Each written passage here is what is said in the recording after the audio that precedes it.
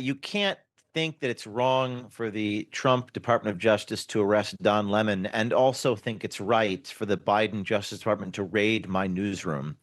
I was raided by the FBI in 2021. A couple of my reporters were held at gunpoint because someone sent us President Joe Biden's daughter's diary. Since when does the FBI investigate abandoned diaries? It's completely absurd. It wasn't even a colorable crime in my case. And they raided my newsroom, got secret subpoenas. People may not know this, secret warrants. They went to Google, Microsoft, Uber, and Apple to obtain 8 years of photos, video, and email from my newsroom so they could go through it, purse through it, and leak it to the New York Times. This is a far more venial sin than arresting Don Lemon, who it appears as though the probable cause is public. The affidavits, the indictment's now public, right? That he did commit a crime. So crazy hypocrisy and double standards. Yeah, and the rest of the media didn't seem to mind in 2021 when it happened to you.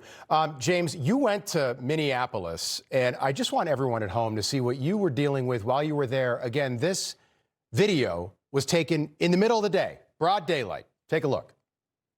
Shane, they're everywhere. Shut the doors. Shut the door. Shut the doors. Whoa. We're press. We're press. Do you know what the First Amendment is? Amendment. They threw a frozen ice brick at the car.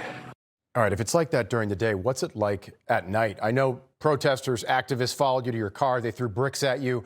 Tell us what it's really like there in Minneapolis right now. Craig, I've never experienced anything like this in my life. I was getting out of the car. I happened to be there already the night before the shooting working on a project. And I got out of the vehicle. First of all, if you show up in an SUV, they automatically assume that you're feds. And I got out of the car, and four women, white women dressed in camouflage, demanded to see my identification. I'm on a public street in the city. I wasn't prepared for an alias or a cover.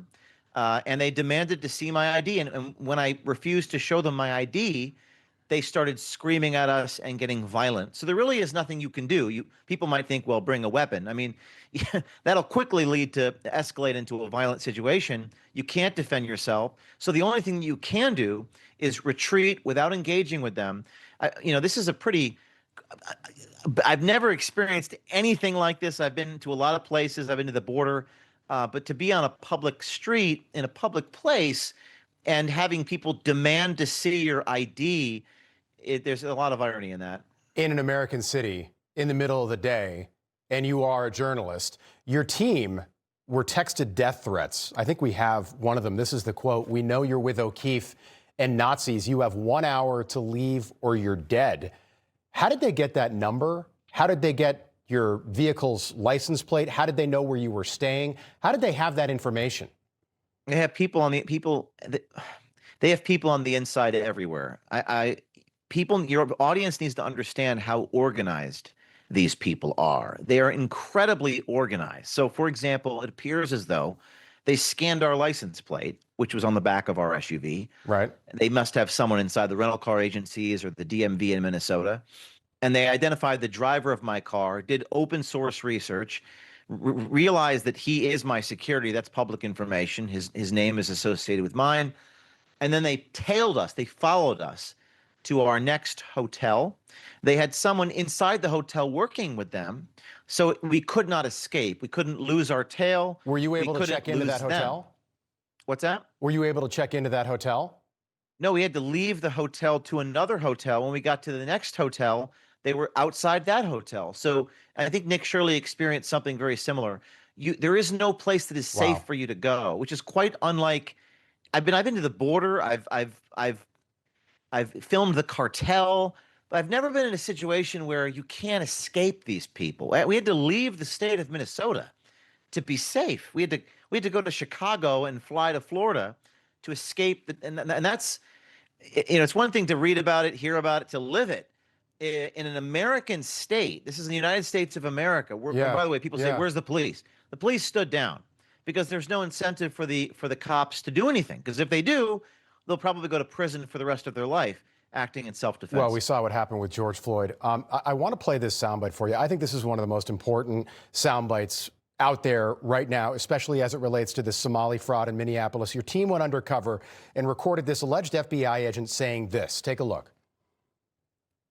Your job, like the FBI, do you think they're going to arrest people, like, that are dealing with the daycare stuff? The thing with those cases is that I think by the time that case is done, even being like looked at, being ready to go to court, Trump won't even be in office anymore.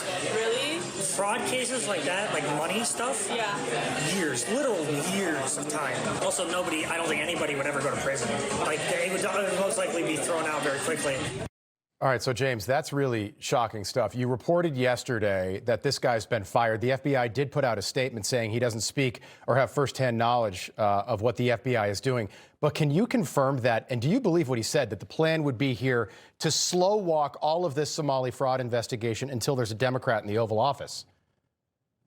I mean, I think it's very interesting the FBI fired him. I asked Ben Williamson, the spokesperson for the FBI, why did you fire him? And by the way, I think the FBI and the government should be thanking us if it's cleaning up their agency, their bureau. But the question is he telling the truth? We thought it was newsworthy what he was saying. That's why we published it. We got a lot of criticism for publishing it. Right. Or maybe is he a whistleblower? Is he an unwitting whistleblower? Is he saying the truth that he doesn't like? But either way, he's a security guy in the bureau, in the FBI, telling it apparently the way that it is. And I think people need to understand that the only way we're going to have accountability in this country is this type of citizen journalism, holding people to account who are in law enforcement. He might be speaking an unfortunate truth. All right, James O'Keefe, appreciate you being here. Good to see you again. Thank you. Thank you. Information. Truth is freedom. Is Newsmax. It's real news for real people.